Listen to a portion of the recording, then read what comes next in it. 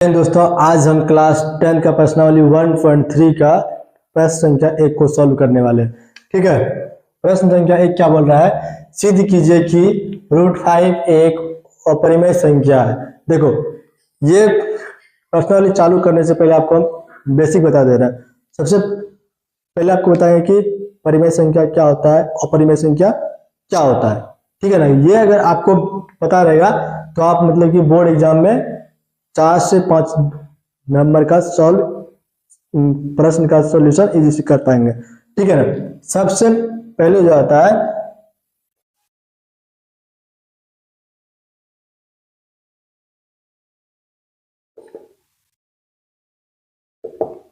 परिमेय संख्या। ठीक है ना, परिमेय संख्या किसे कहते हैं? देखो, जिस संख्या का वर्गमूल पूरा पूरा निकल जाए उसे क्या कहेंगे? परिमेय संख्या। या तो जिस संख्या को हम p/q के रूप में लिख सकते हैं उसे हम कहते हैं परिमेय संख्या। ठीक है ना, इसको लिख सकते हैं जिस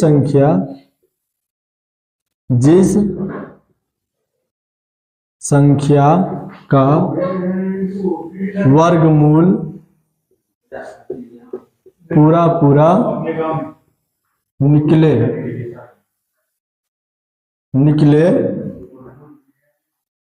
उसे परिमेय संख्या कहते हैं। ठीक है, क्या लिखा? जिस संख्या का वर्गमूल पूरा पूरा निकले उसे परिमेय संख्या कहते हैं। जैसे में क्या हो जाएगा मेरा?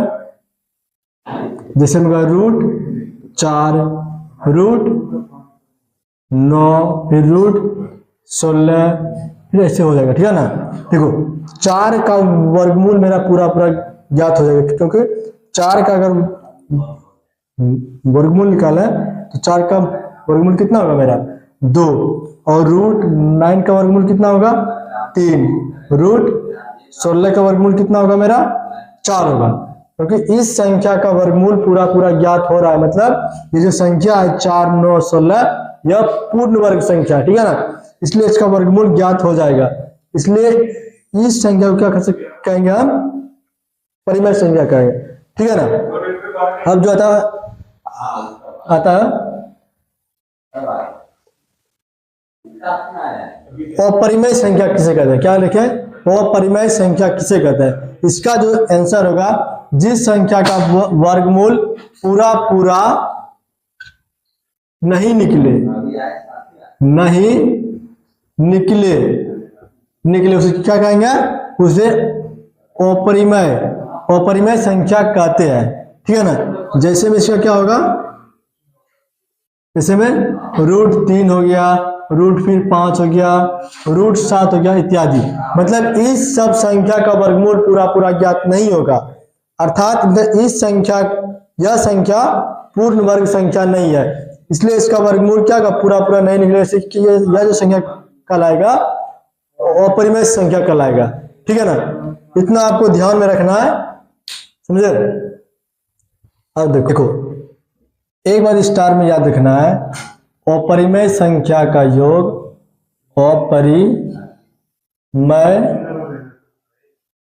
संख्या का योग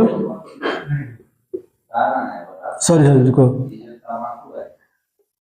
अपरिमेय संख्या के साथ परिमेय संख्या का योग अपरिमेय संख्या होता है। देखो, हम क्या बोले? अपरिमेय संख्या के साथ योग।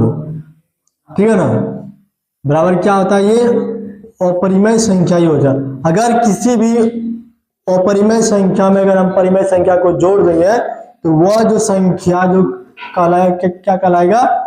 अपरिमेय संख्या कहलाएगा। ठीक है ना, अपरिमेय संख्या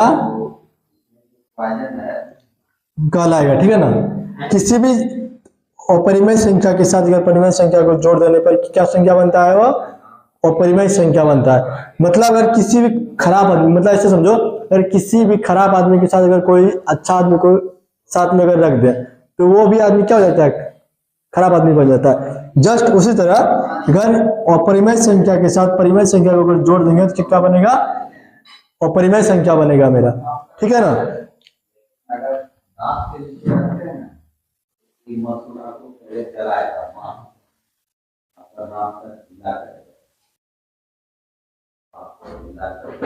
देखो और क्या है, अपरिमेय संख्या, अपरिमेय देखो ऐसे बता, शॉर्ट में बता दे रहे हैं, ठीक है ना।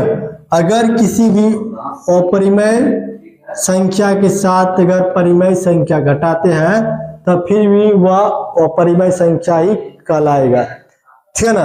ये भी जो होगा क्या हुआ संख्या, अपरिमेय संख्या, अपरिमेय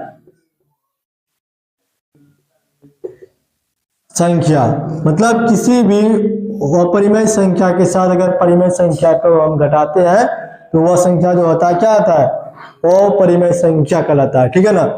अगर किसी भी अपरिमेय संख्या के साथ अगर परिमेय संख्या को गुणा करते हैं तो वह जो संख्या बनता है क्या संख्या बनता है, अपरिमेय संख्या बनता है, ठीक है ना, अपरिमेय संख्या बनता है। अगर किसी परिमेय संख्या से अपरिमेय संख्या में भाग देंगे तो वह संख्या होगा अपरिमेय संख्या कहलाएगा, ठीक है, क्या कहलाएगा, अपरिमेय संख्या। ये बात आपको ध्यान में रखना है, ठीक है ना। ये बात अगर आप ध्यान में रखते हैं तो प्रश्नावली 1.3 सब हिसाब क्लियर से बना लिया। अगर आपको एक हिसाब प्रश्न संख्या 1 अगर आप सॉल्व करना सीख जाएंगे तो इसमें जितने भी प्रश्न है वो सबको आप सॉल्व कर सकते हैं जी, ठीक है ना।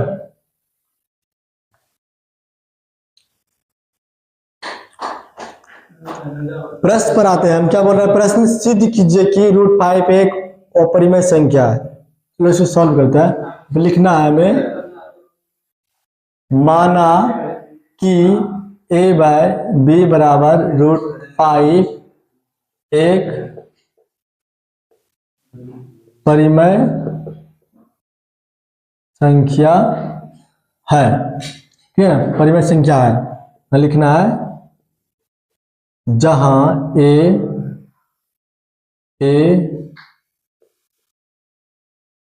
और b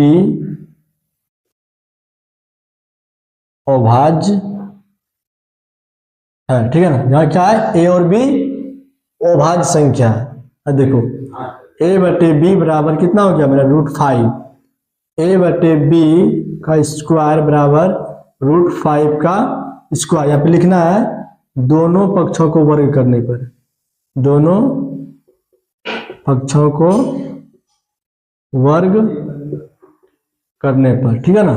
वर्ग हम कर दिए, कितना हो जाएगा यहाँ पे, a² / b² बराबर 5, ठीक है ना। 5 का स्क्वायर 5 होगा। अब देखो नीचे a दे सकते हैं, हम गुना कर सकते हैं, a² बराबर 5b², इसे समीकरण 1 मान लेते हैं, ठीक है। यहाँ पे लिखना है चूंकि 5 a को विभाजित करता है, इसलिए 5a² को विभाजित करेगा। करना है, माना कि a बराबर 5m, ठीक है। अब क्या करें, इस 5 में a का मान समीकरण मान क्या करेंगे, समीकरण 1 में रखेंगे, मतलब समीकरण 1 में a का मान रखने पर, रखने पर, अब देखो क्या करें, समीकरण 1 में कि 5m का स्क्वायर बराबर 5b², बचा 25m² बराबर 5b²,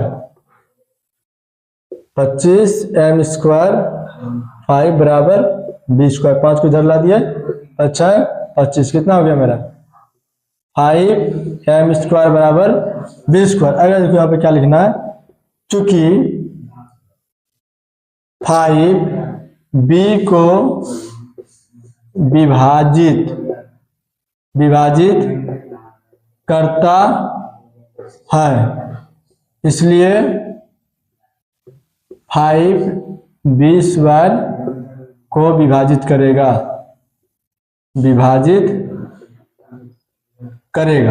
ठीक है ना।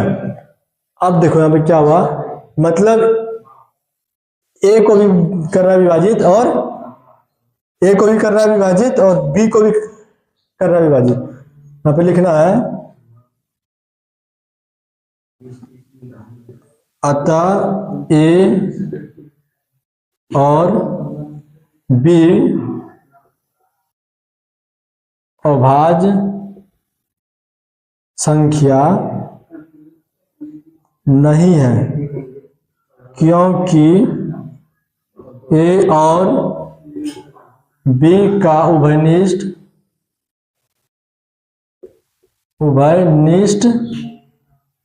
5 है। देखो अगर a और b अभाज्य संख्या तभी होता, a और b अभाज्य संख्या तभी होता जब इसका गुणनफल गुणनखंड कितना हो, 1 हो, ठीक है ना, उभयनिष्ठ गुणनखंड। लेकिन कितना आ रहा है उभयनिष्ठ गुणनखंड, 5 आ रहा है, इसलिए जो a और b है अभाज्य संख्या क्या है, नहीं है। लेकिन हम यहाँ पे जो माने क्या माने हैं, a और b अभाज्य संख्या है, इसलिए ये जो हुआ मतलब कथन जो हुआ क्या हुआ, गलत सिद्ध हुआ। अतः क्या है, √5 एक अपरिमेय